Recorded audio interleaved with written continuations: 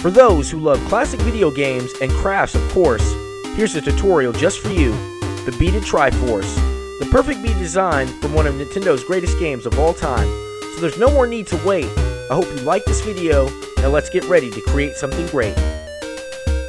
Greetings, Game Girls and Game Boys.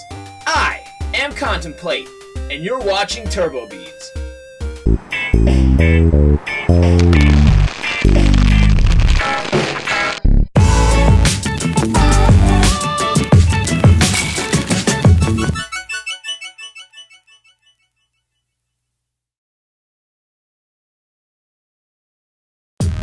Here's a list of everything you need to make the Beaded Triforce.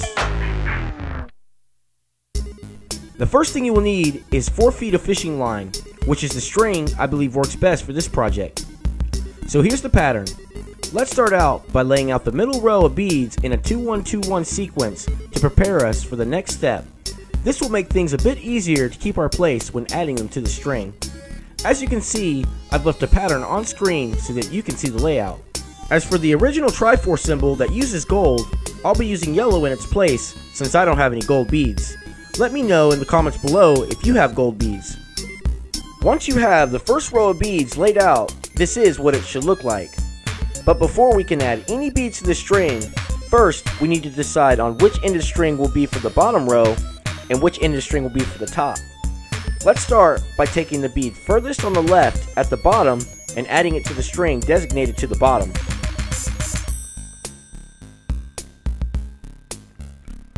Next, you will take the bead furthest to the left at the top and add it to the string designated to the top. Now is the bead furthest to the left in the middle, which you will add to both strings. When you add the beads to the string, just let them fall to the bottom of the string. At this point, you will just continue repeating the same steps when adding the beads to the string.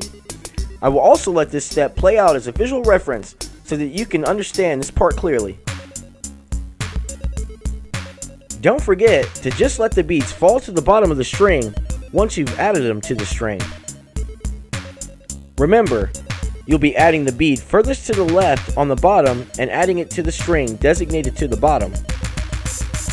Taking the bead furthest to the left at the top and adding it to the string designated to the top. And finally, taking the bead furthest to the left in the middle and adding it to both strings.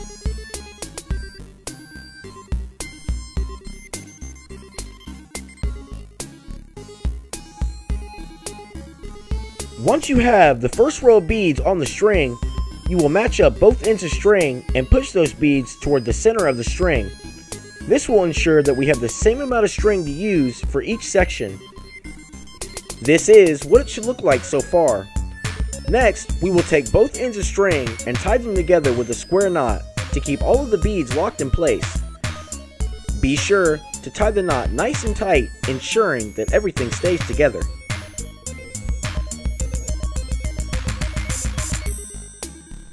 Now that we have the main part of beads locked in place, it's on to adding the tip or point of this pattern.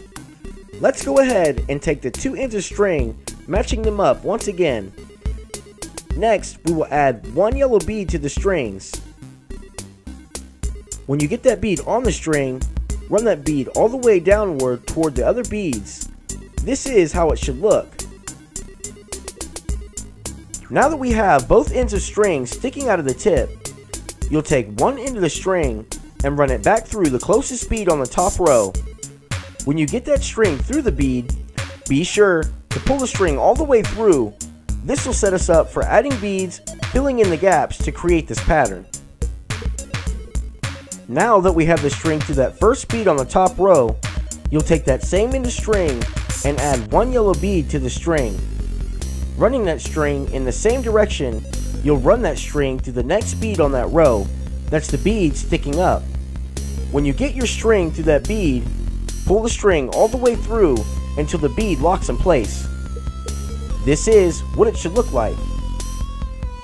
We will continue using the same steps when building this pattern. Using the same end of string, we'll add a black bead to the string this time. Still running that string in the same direction, you'll run that string through the next bead on that row. Remember, that's the bead sticking up. Once you pull the string all the way through that bead, it'll lock in place, filling in the gap.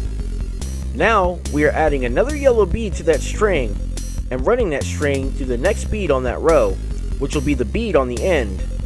Remember, once you get your string through that bead, pull the string all the way through until the bead locks in place. With the string sticking out of the end of the pattern, we will continue by going in the opposite direction. Go ahead and add one yellow bead to the string and run that string back through the yellow bead that was just added on the previous row. That's the bead that's sticking up.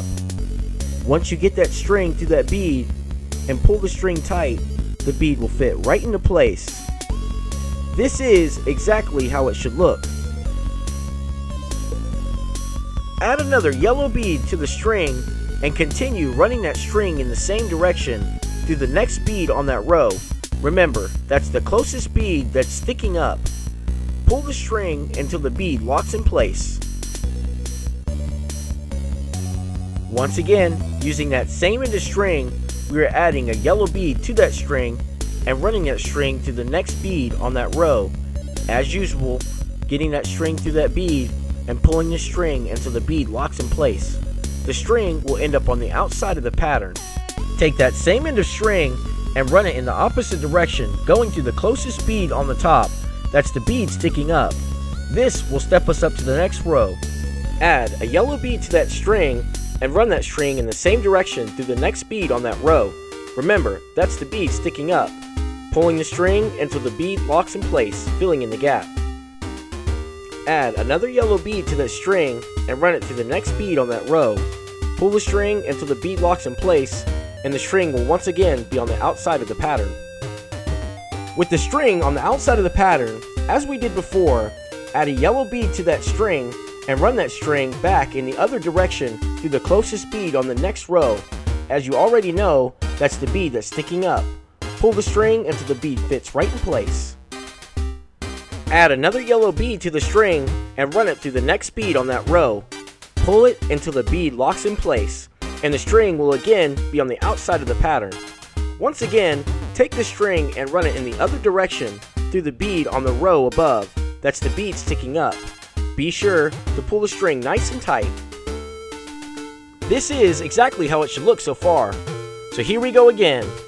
Add a yellow bead to that string and run that string in the same direction through the next bead on that row, pulling the string until the bead locks in place with the string on the outside of the pattern.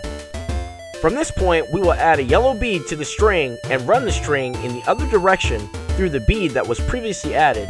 Yup, that's the bead sticking up. Pull the string until the bead fits right in place. Now that you've reached this point, you'll use that same end of string and run it through all of the beads on the ends, running in the same direction toward the starting point of the pattern, until you have the string through the tip of the pattern.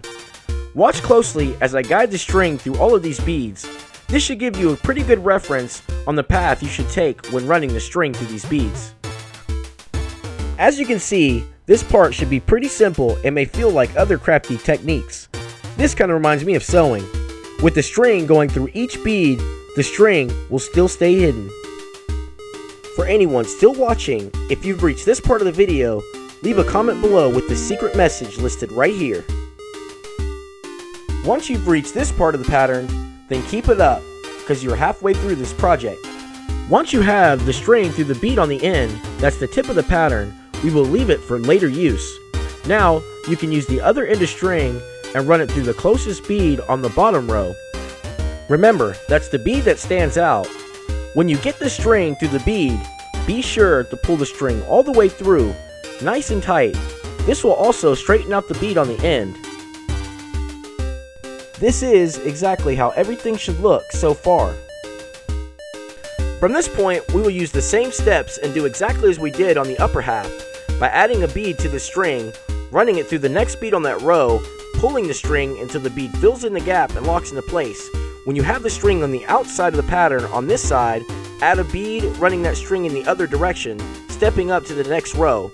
Remember, you'll keep going back and forth on each end, filling in the gaps until you've filled out the pattern. From this point, it should be pretty familiar and easy to understand the technique when creating the Triforce.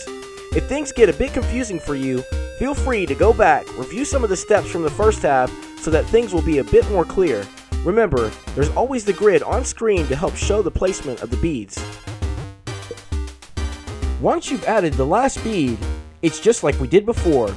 You'll run that string through all of these beads until you have the string through the bead on the end. That's the tip of the pattern.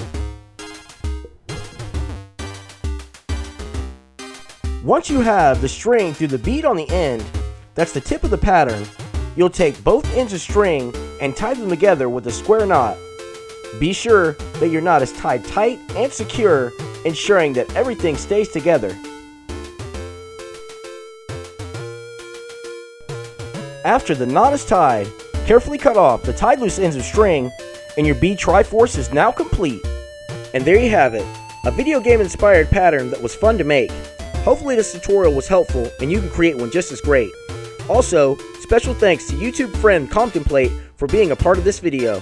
If you are into retro video games like Zelda and other classic gaming stuff, links to his channel will be in the description below. And if you have anything you'd like to add, requests or suggestions, don't be afraid to leave a comment below. And if you're new, or you just haven't already, don't forget you can also subscribe if you want to be notified for more bead tutorials just like this one. So I hope I'll be seeing you in the next one and fulfill your creative needs. Be courageous, wise, and strong. Thanks for watching Turbo Beats.